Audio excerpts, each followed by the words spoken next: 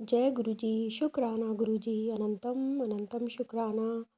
सारी संगत को जय गुरुजी। ओम नमः शिवाय, शिव जी सदा सहाय। ओम नमः शिवाय, मेरे गुरुजी सदा सहाय।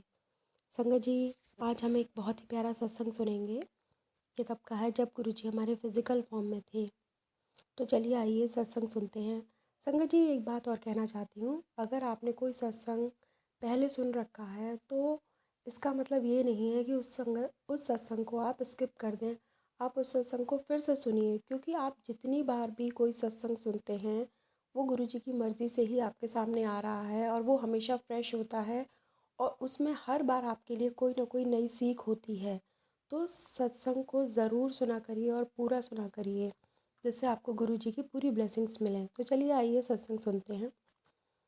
गुरुजी पुरी अंकल, जो कि ड्राइवर थे, उनके साथ गाड़ी में किसी सत्संग से लौट रहे थे। अचानक खराबी के कारण गाड़ी रुक गई। पुरी अंकल ने गुरुजी से थोड़ी देर के लिए उतरने को कहा और देखने लगे कि गाड़ी में क्या दिक्कत आ गई है। थोड़ी ही दूर पर एक सरदार जी का ढाबा था। सरदार जी ने जब देखा कोई बाबा या सन्यासी जैसा दिखने वाला बंदा बाहर खड़ा है तो उसने अपने ढाबे में काम करने वाले एक लड़के को पास बुलाया और कहा, सुन, वो बाबा वहाँ खड़े हैं, शायद उनकी गाड़ी खराब हो गई है, उन्हें बोलो अंदर आकर बैठ जाएं। लड़का गुरुजी के पास गया और उनसे कहा, आपको सरदार जी बोल रहे हैं कि अंदर आ जाओ। गुरुजी बोले, नहीं नहीं, बस अभी गाड़ी ठीक हो जाएगी, मैं चला जाऊंगा, मैं यहीं ठीक हूँ, आप उन्हें मेरी तरफ से धन्यवाद कह दीजिए। और गुरुजी वहीं खड़े रहे और पुरी अंकल से कहा, पुरी, अगर ज़्यादा कोई दिक्कत है तो पास में किसी मैकेनिक को दिखा ले। तभी पीछे से सरदार जी अपने हाथ 2 कप चाय लेकर गुरुजी के पास आ गए और कहा, आप अंदर नहीं आना चाहते तो कोई बात नहीं, लेकिन ये चाय तो पी लीजिए।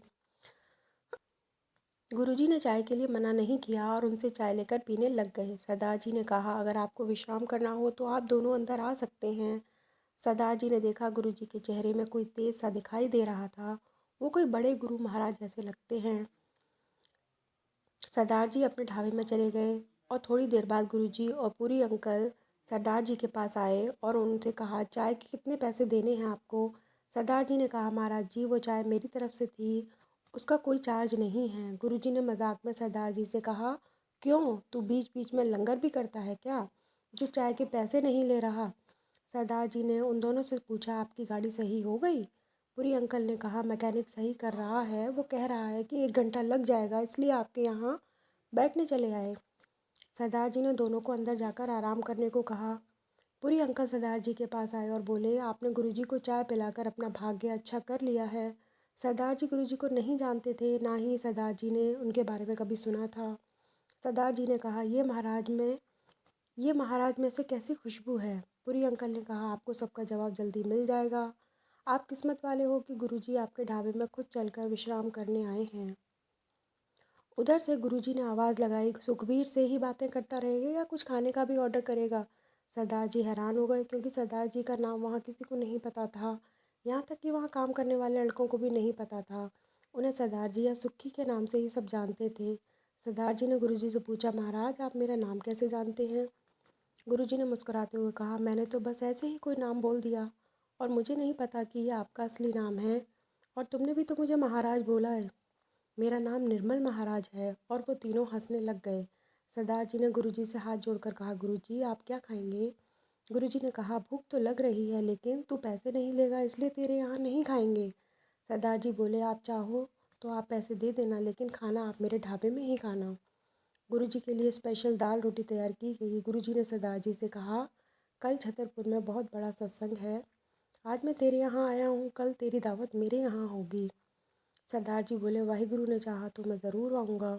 अगले दिन जब सरदार जी अपने दोनों बच्चों के साथ अपनी गाड़ी में छतरपुर पहुँचे तो वो सत्संग का नज़ारा देखकर हैरान हो गए। ऐसा लग रहा था जैसे कोई ग्रैंड वेडिंग चल रही है। सब तैयार भी शादी की तरह होकर आए थे। सरदार जी जब अंदर गए तो गुरुजी बिल्कुल सामने अपनी गद्दी में बैठे हुए थे और नामी गिरामी हस्तियाँ उनके दर्शन करने आ रही थीं। सरदार जी ने सोचा, मैं दूर से ही उनके दर्शन करूँगा, मेरे पास जाने की हिम्मत तो हो नहीं रही। सेवादार ने सरदार जी से कहा, अंकल जी, आगे जाओ और गुरुजी का आशीर्वाद ले लो, यहाँ क्यों खड़े हो। सरदार जी हिम्मत करके उनके पास पहुँच गए। गुरुजी ने कहा, क्यों, तूने क्या सोचा, मेरे से बिना मिले ही चला जाएगा। सरदार जी समझ गए कि क्यों इतनी भीड़ यहाँ आई हुई है। गुरुजी ने कहा, उस दिन मैं आपके यहाँ मेहमान था, आज आप हमारे यहाँ मेहमान हो। सरदार जी ने गुरु जी के दर्शन करने के बाद लंगर प्रसाद चखा और घर आकर अपनी पत्नी को गुरु जी की सब लीला बताई। सरदार जी का ढाबा होटल में बदल गया। छोटा छोटा बेटा जिसे 2 साल से फ्रेश होते समय ब्लड आ रहा था, उस दिन के बाद कभी ऐसी दिक्कत नहीं आई। सरदार जी और उनके परिवार ने वाहिगुरु का शुक्राना करा कि वाहिगुरु सच कहते हैं, आपके रूप अनेक हैं। वाहिगुरु जी, जय गुरु जी, शुक्राना गुरु जी, अनंतम अनंतम शुक्राना। सब पर अपनी कृपा बनाए रखिए मेरे मालिक, सबका कल्याण करिए। ओम नमः शिवाय, शिव जी सदा सहाय। ओम नमः शिवाय मेरे गुरु जी सदा सहाय। जय गुरु जी, शुक्राना गुरु जी, अनंतम अनंतम शुक्राना।